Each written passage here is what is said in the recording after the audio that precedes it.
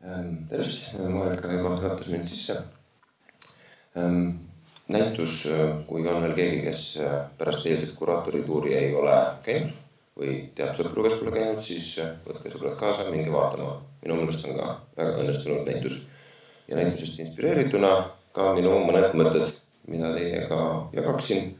Ja see on rohkem küsimärke ja selliseid nagu mõttealgatusi, et kutsun kaasa mõtlema ja äkki jõuame kuhugi.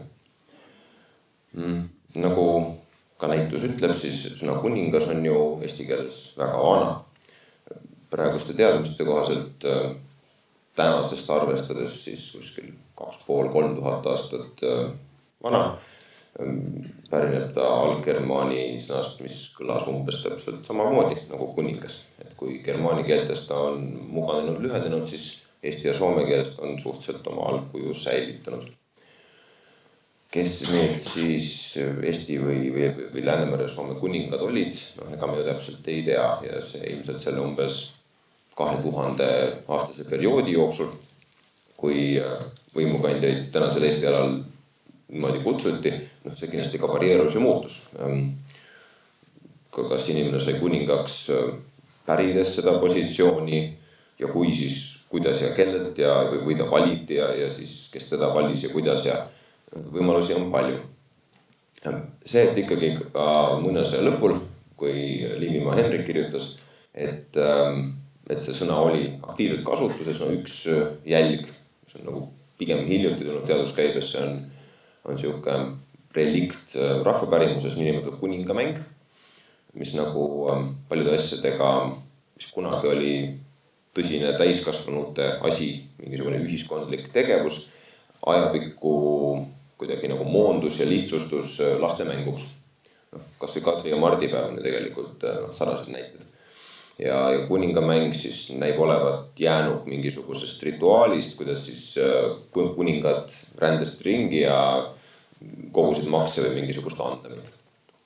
Et igal juhul see sõna oli kasutuses sellel, kui kroonik Henrik kirjutas, teda kasutati ilmselt poliitiliste juhtide tähenduses mingisugusel kujul. Kroonik Henrik ilmselt ka eesti keelt või neid keeli, mida Eestis kõneldi, mõistis. Nii palju, kui me suudame rekonstrueerida, ta tegutses ka tõlgina, liivi keele tõlgina kindlasti, küllap ta siis ka eesti keelt mõistis, oli ju missionär ja võib-olla ka isegi vaimulik Eesti alal. Laula pappi, eks ole, on tema kirja pandud ja mõningaid eestikeelseid fraase ju veel. Ehk et tundis huvi vähemalt eesti keele vastu, midagi sai aru. Seega võiks arvata, et ta oma aastakümnete pikkuse töö jooksul ka kuulis sõna kuningas, sai aru, et seda kasutati mis kontekstis, sai aru, et Eestis on kuningad, nii nagu neist siin räägiti. Ometi, nagu ajaloohuvilistel on ju üldteada fakt, et kuningatest Eestis Henrik ei kirjuta. Mujal küll, Eestis mitte. Ja üks põhjendus, mis on välja pakutud ja mis on täiesti võimalik, oleks nii antropoloogiline. Ehk Henrik, tulles siis Saksamaalt, Kesk-Euroopa kultuuriruumist, tal oli mingisugune arusaam, et kes on kuningas, peab valitsema mingisuguse ala üle ja tal olema nii palju alamaid ja kuidagi nagu see võimuformaat peab olema mingit laadi, et ta kuidagi nägi võib-olla mitte oma ihusilmaga, aga kuidagi nagu adus Saksa kuningat või Taani kuningat. Neist tuli siia ja sai küll aru, et see isegi nagu sarnase kõlaga sõna ja et see on poliitiliste juhtide kasutusel, aga võimualad olid väiksemad, võimustruktuurid olid võib-olla lihtsakoalisemad, siis mõtles, et see pole ikka ju päris kuningas. Ja siis niimoodi ka ladina sõnaga rääks siis oma tekstis niimoodi ei kirjeldanud siinseid võimukandjaid. Nagu täitsa võimalik, aga ma ju ei räägiks, kui poleks tekkinud küsimusi. Märgin ära, et illustratsioonid ülemine on siis kuningate algusajast, pronksiajast kindlustatud asula, kus siis ilmselt mõni kuningas elas ja all on siis nuiavead, mis on väga huvitav küsimus, et kas tegu oli relvadega või pigem nagu võimusümbolitega. Need on siis mõnesaja lõpust. Ja miks tekkis mul üldse küsimus? Et kas ju ka antropoloogiline selgitus sellele, et Hendrik ei kasutanud kordagi ladinakeelset sõna rex ühegi Eesti ülikooli kohta, et kas see on ikka ainumõeldav, et kui me vaatame natuke lõuna poole ja vaatame kahte põhimõtteliselt naabrimeest, kahte suurülikut tänases Lätis, kellest üks siis, kas ta just kogu aeg elas, aga kelle võimukeskuseks oli Tervete, mis on siis siin vasakpoolne, ja teisel oli Koknese, see on siis parempoolne. Tervetest tegutses selline ülik nagu Viesturs, see on üks kuju, kuidas lätlased on seda nime siis rekonstrueerinud. Ja Koknesest tegutses, tal on ka palju nimekujusid, ma kasutaksin Vetseke näiteks, ilukirjandusest tuntud ka kui Vjatško näiteks. Mõlemad üsna palju figureerisid Henriku kroonikas ja muuhulgas ka siis seoses nende oma võimukeskuste ja neid ümbritsenud võimustruktuuridega. Asusid, kas need võimul otseselt kokku puutusid, võib-olla mingi kiil ja vahel, aga põhimõtteliselt olid seal väga lähestikkusega võrdlemisesti võrreldavad. Nii palju, kui on võimalik rekonstrueerida, siis see Tervete ümber olev võimustruktuur, mis kindlasti oli selline mõnevõrra ujuv ja vahepeal ta lagunes ja taastus ja nagu oli võimustruktuurid kõikjal Läänemere ümber selle ajal. Oli umbes midagi sellist, see enam-vähem näib olevat hõlmanud semgalite keele- ja kultuuriala ja sealt me siis meil on jälgi, et sealt Viesturs oma võimu enam-vähem teostas. Koknese ümber see territoorium tundub olevat olnud väiksem.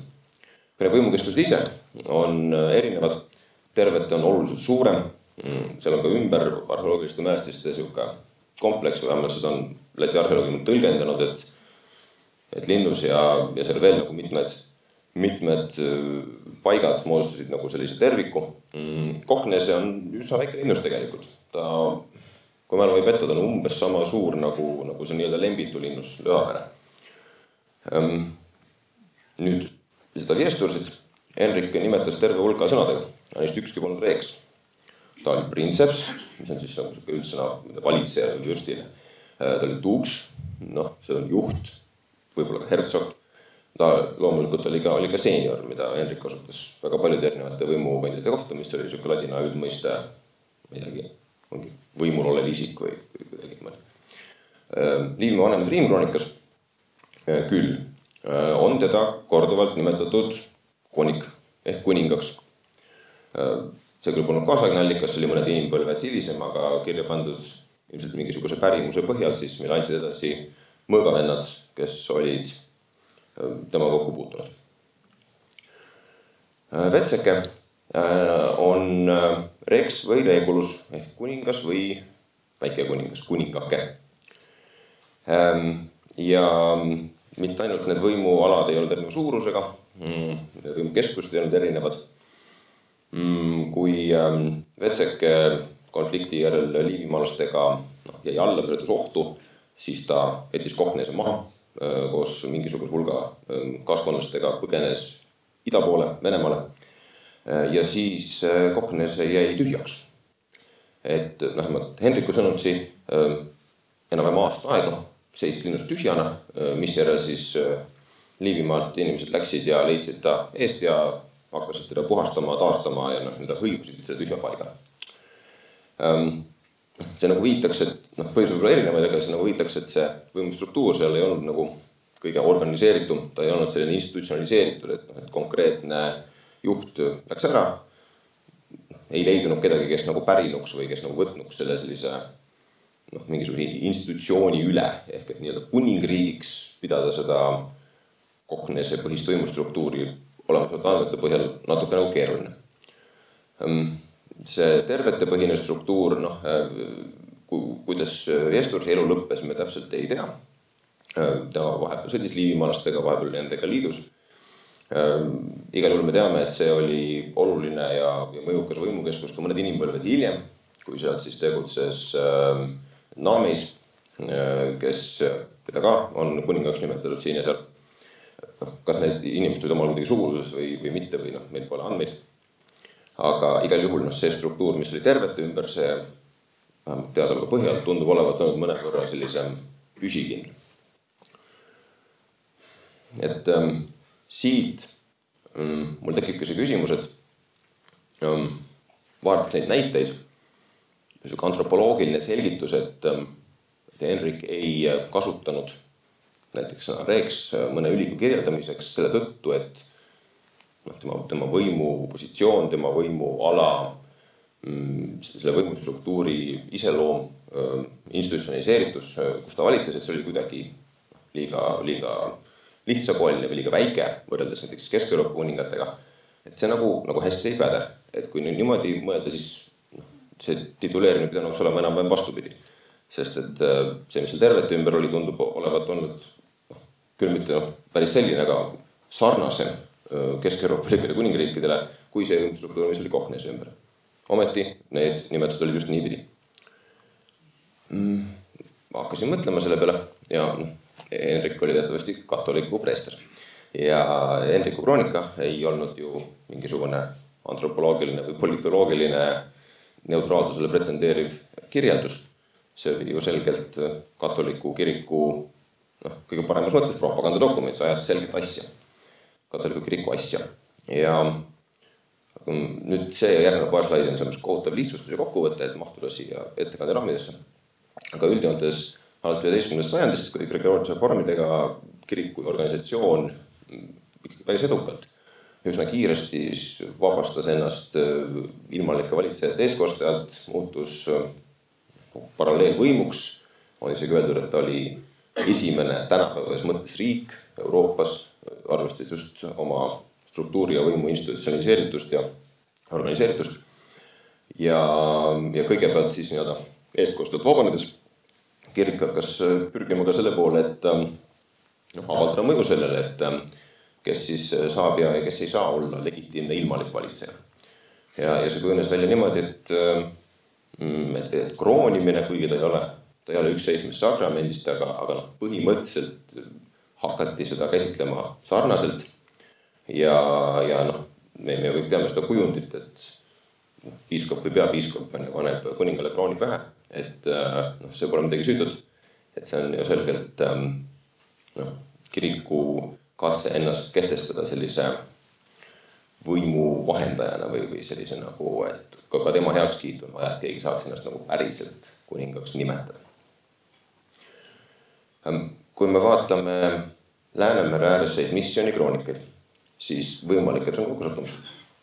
Neid kroonikeid polegi ju väga palju, aga 11. sajandil kirjutas Bremin Adam.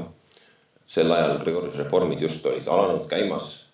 See, mida ma eelmises näitasin, see polnud kindlasti materialiseerunud, kuigi see pole pürgiti. Aga Adama tekstis on reeksid nii kristlased kui paganad valitsejad. Et siin kuidagi mingit vahet ei ole. Boosau Helmold kirjutas umbes sajandi jagu hiljem, kui ka need protsessid olid juba oluliselt edasi liikunud.